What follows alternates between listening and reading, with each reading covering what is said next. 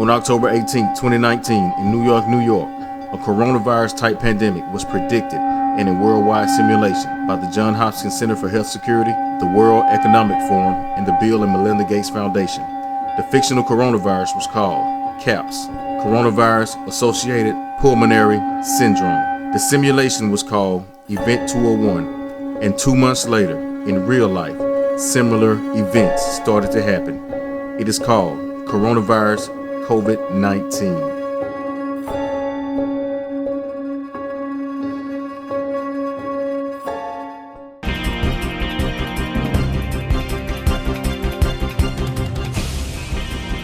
Continuing our C.A.P.S disease coverage and possible solutions, I'm joined by immunologist Dr. Yabani Bello and Dr. Rhea Blakey, an epidemiologist, both highly respected in their fields. Let's get right to it.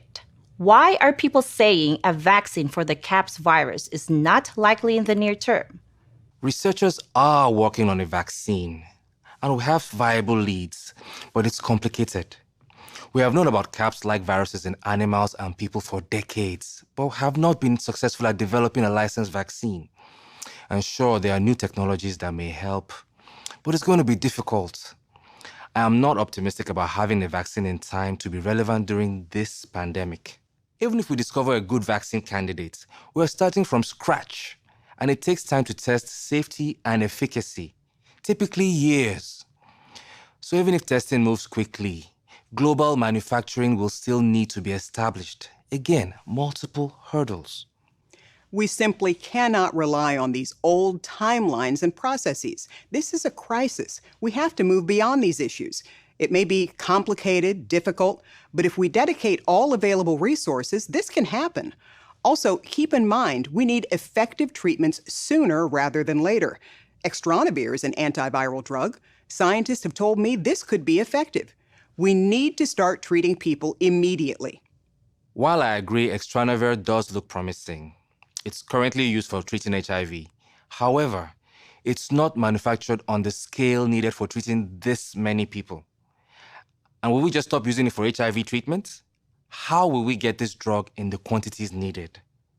Who decides who has priority for the limited amounts we do have? We both know countries are hoarding Coronovirus.